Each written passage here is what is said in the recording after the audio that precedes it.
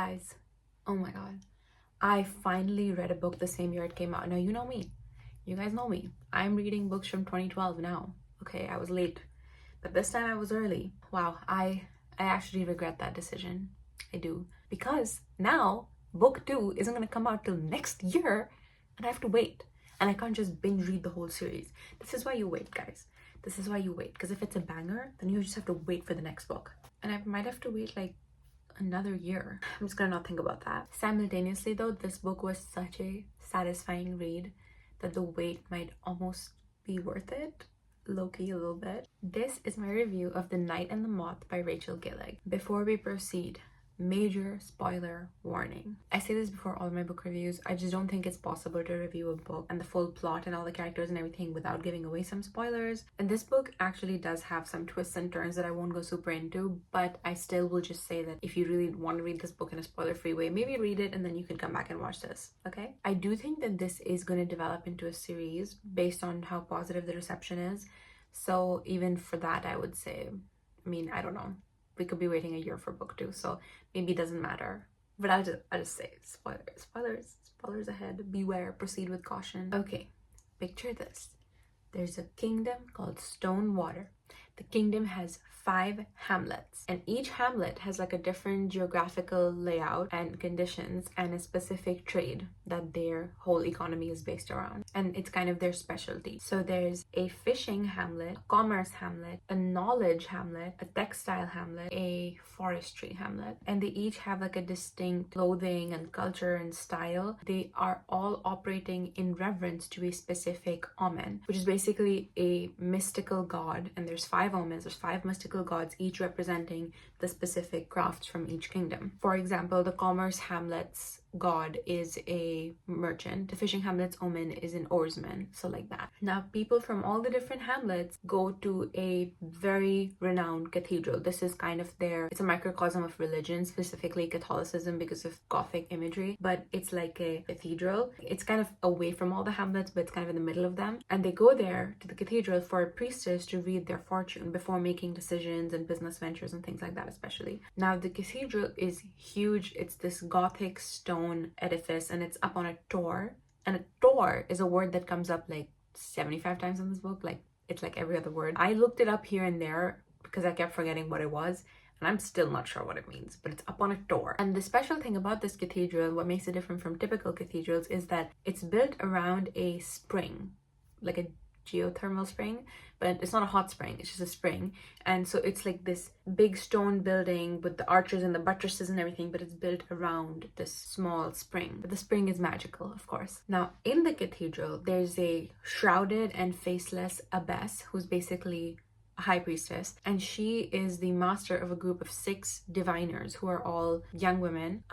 They're basically adopted from orphanages, and it's considered a great honor to be adopted by the abbess, as she raises them to be diviners. And the diviners all wear like a shroud over their eyes, like a blindfold. It's made of gossamer, so they can see through, but you can't see their eyes. And her diviners drink the spring water, and it makes them have dreams that tell fortunes. So people pay to come to the cathedral and have the diviners dream for them and tell them of their fortune, basically. And people pay the abbess really well, obviously, and they rely on the diviners' predictions before making decisions. So now there's a new king in the kingdom. As is tradition, he makes a visit to all 5 hamlets, and in each hamlet he's going to take part in a ceremony to show his commitment and to be welcomed as the new king. And so he's basically on a tour of all 5 hamlets with his knights. After their first stop in Colson Fair, which is the hamlet of commerce, they come to the cathedral because it's nearby. They're like, a new king, you know, he's new, he has to get his fortune read, that's just what we do. So he comes to get his fortune read. So one of the diviners does a reading for him, and when she's in the spring, she basically has dreams of bad omens. Basically, none of the omens support the king. It basically means bad luck and bad fortune. Yeah, it was kind of a puzzling and negative reading for him. But the king doesn't really seem to care too much about what the diviner thinks. So he's like, okay, I mean, this is something I had to do as a tradition. Now I've done it. And then he and the knights continue on. Then after their visit, one by one, the diviners start disappearing. So there's 6 of them, and they don't have names, and they don't really have faces because they're shrouded. So their names are 1 through 6. And then the first night, 1 disappears, and then 2 disappears, and then 3 disappears. So one by one, all the girls start disappearing. And every time they go to sleep, they wake up and one of them is gone. They're really afraid, obviously, after it happens a couple of times, and they keep trying to hold on to each other and stay awake, but eventually there's only one of them left, and that's Six, the last one. Then on the final night, when it's basically her turn to disappear, she runs away with the help of one of the king's knights. They're frenemies at this stage. One of the king's knights who she had spoken to basically comes to get her out. And also in the cathedral, there's stone gargoyles, like living stone gargoyles, that help the abbess kind of cook and clean and look after the girls and guard the cathedral and stuff. And one of the gargoyles also runs away with them. Then our girl Six joins the knights and the king on their mission to visit all 5 hamlets, and she's like, you do your ceremony, I'm gonna go look for my 5 missing friends. But then she soon realizes that the king's mission is not just to go to all 5 hamlets and have like a cultural ceremony. It's not that simple, because it never is. So he travels to every hamlet and he finds the omen of that hamlet. So the omens obviously live in secrecy, but they are like, they're physically there, they're not omniscient. So the king goes to the hamlet, he finds the omen of that hamlet, he challenges them at their craft, and then he takes the artifact that kind of lends them all their power and basically kills them. And each omen has their own artifact. Like the commerce guy has a coin, the forestry woman has like a wind chime, fishing village omen has a oar and an inkwell for the knowledge one, and a loom stone for the textile one. And obviously all these artifacts have immense power, and they're kind of the strength source for the omens. Then the runaway diviner, whose name is Sybil, we know, she's kind of forced to contend with the belief she's been raised with, that the omens are gods and we exist because of them and our cities are flourishing because of them and they kind of look out for us. Instead, everything that she's learned and believes in is kind of crumbling and peeling away, and she learns that the omens are not gods, but they're actually mortals who were really power hungry and just given more power and influence than they know what to do with, and they're just collecting money and reverence without doing anything to earn it. And she's kind of realizing that the whole system with the cathedral and everything is just feeding into the lie, and that nobody should have this much power unchecked. So when they reach to collect the last artifact, which is the loom stone in the textile village, they learn the truth of what happens to the diviners. So the diviners are picked up as orphan children and they serve in the cathedral for 10 years.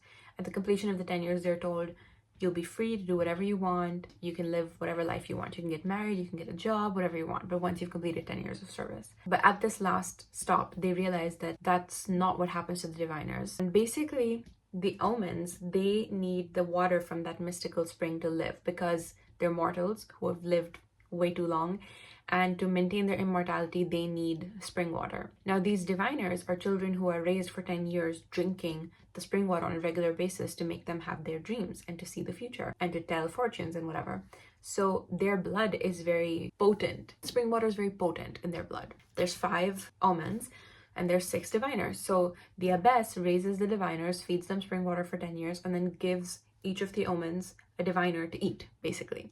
The omens are feeding on the blood of the diviners to maintain their immortality. And then one diviner, who's her personal favorite, the abbess keeps, and she turns that diviner into a stone gargoyle. So all the gargoyles are actually past children, and she keeps her favorite as a gargoyle to keep in her personal service at the cathedral. It's really twisted. And honestly, how do you even come up with this? Like, that's so genius vibes. That's so smart. Like, oh my god. So our guys get the loomstone, they find out the truth from the last living omen, they kill her, they go back to the cathedral, and they take down the abbess with relative ease, honestly, and they take the cathedral down too. But at the last possible minute, they realize, hey, so we've collected these 5 incredibly powerful artifacts that formed the backbone of our civilization. We've given them all to one guy, and that guy is a 17-year-old white man. So is that the best decision, guys? Like, this didn't cross our minds before, or we didn't think about, okay. One young king has all 5 artifacts in his possession, and in eliminating the evil of the omens and the cathedral and the abbess, they might have created an even more dangerous and powerful and evil adversary in the king. Okay, now onto the good bits. I love the new and fresh imagery of the cathedral. I have never read a gothic fantasy before. I've never read anything gothic before, and I love the fantasticalness added by having this natural spring in the middle of a cathedral. Like, don't you just love that image? Like, I want to draw that. A spring with water, but the church is built around it. Like, that's so cool. I love the visuals of these living gargoyles and the image of these 6 girls, the diviners, with the shrouds over their eyes, running around the cathedral and being really close friends. And they're basically sisters because they're all the family each other have. I love the friendship between them. And reading the early part of the book where we're still meeting them and getting to know them and their dynamic with each other, it feels very like Greta Gerwig's Little Women and that how I love being a woman vibes. Their love is very eternal and simple, and it shines throughout the book. And Sybil really grieves when she realizes that they're all gone because they were kind of her future. She doesn't really have anyone else to go to, and their dreams of life after the cathedral kind of would have kept them going. The main character, Sybil, she's stubborn, but she is smart and she doesn't do stupid stuff, which is honestly really a breath of fresh air, because a lot of times the fantasy character, when she's brought into a new environment, will be like, I'm not gonna be friends with you. But Sybil like can't help liking the knights and can't help falling in love with one of them because she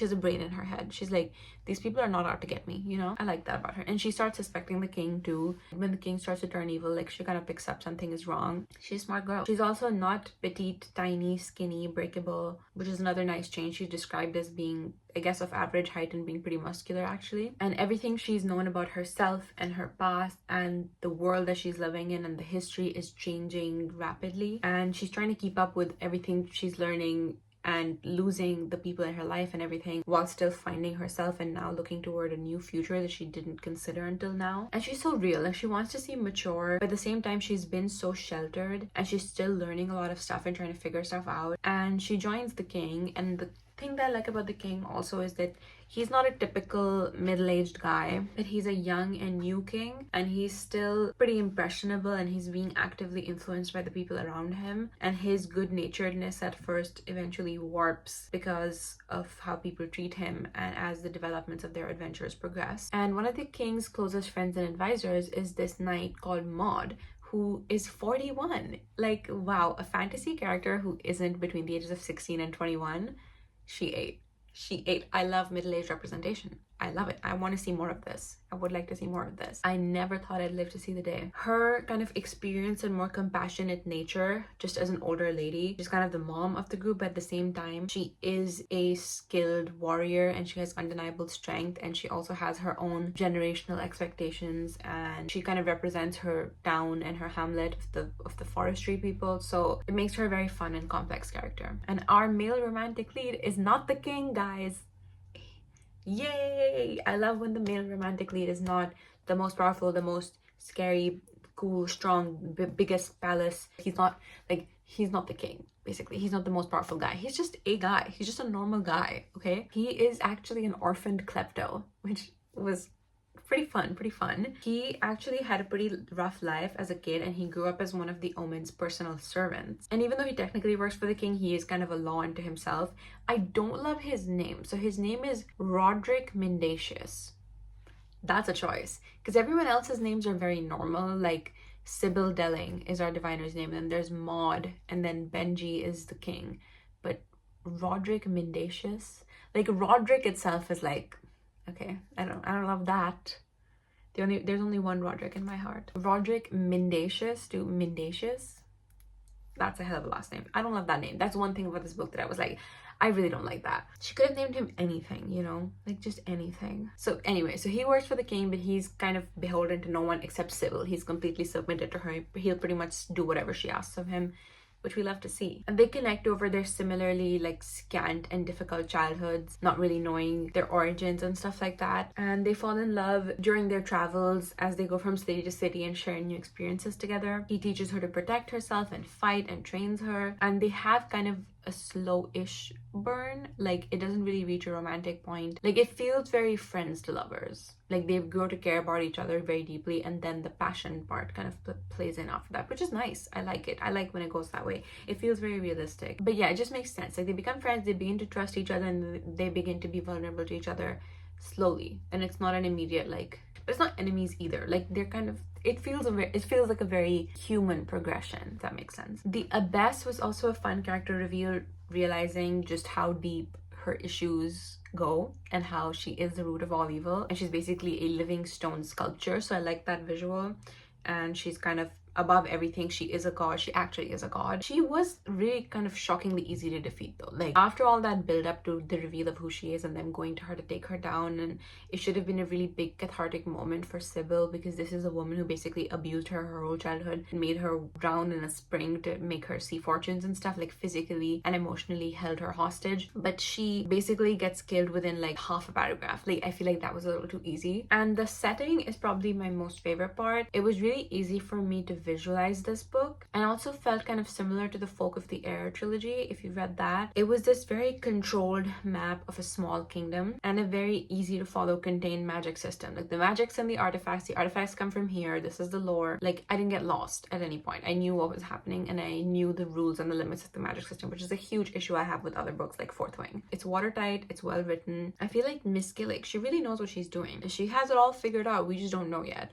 I mean, we don't know. I know. It doesn't feel like this endless, expansive fantasy world full of creatures and beasts and anything can happen when it's convenient, and magics and curses and abilities pop in and out as desired. It's very concise and it feels more mythical than mystical, if that means anything. It's rooted in very simple fairy tale principles and visuals, and this makes it a great beginner fantasy. It uses existing cultural symbols like sprites and just a general European medieval setting, and the religious symbols like diviners and cathedrals and the Gothic gargoyles, so you can visualize it really easily, and I think it uses these elements well in a convincing way. The most important thing to mention when I read this book though is that it gave me that middle school feeling of when books were just so good and they enticed me so much to read and read all night, all hours, in school, under the desk. And this book really did that for me. And it's not so easy for books to do that as an adult now. The plot is easy to follow and it's really well paced as well. The changing settings of each different hamlet like keep things interesting, and their respective traditions also add this kind of cultural aspect that expands the world that this is all taking place in. And it keeps the momentum going because it's like, okay, this village, not this village, then this village. So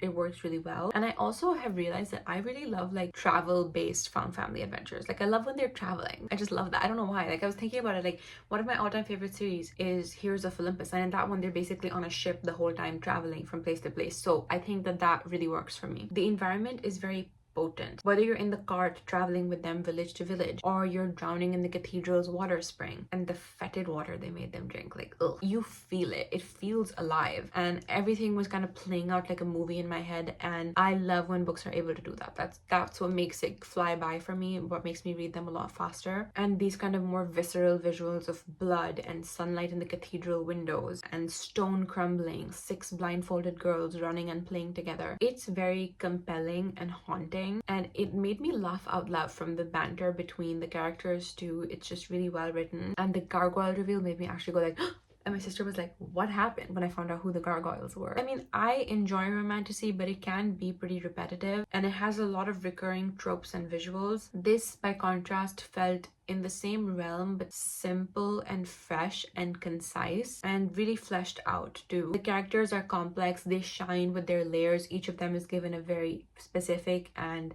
driving backstory, also kind of shown and not told too, which is really important, of course. In the end, I would describe this book with one word: Bartholomew. If you know, you know. My final rating for this book, drumroll please, 5 stars. I think you guys saw that one coming. I have nothing bad to say about it except I don't like Roderick Mendacious' name. I can't even pick apart the story too much because I just flew through it and I just enjoyed it so much. I love the world, I love the characters, and it feels like what fantasy started off as in the Percy Jackson, Harry Potter era, before everything became a copy of ACOTAR. Like artifacts and the kingdoms and priestesses, like it was just beautiful. I highly recommend. Okay, now I gotta go look up more fan art. Bye.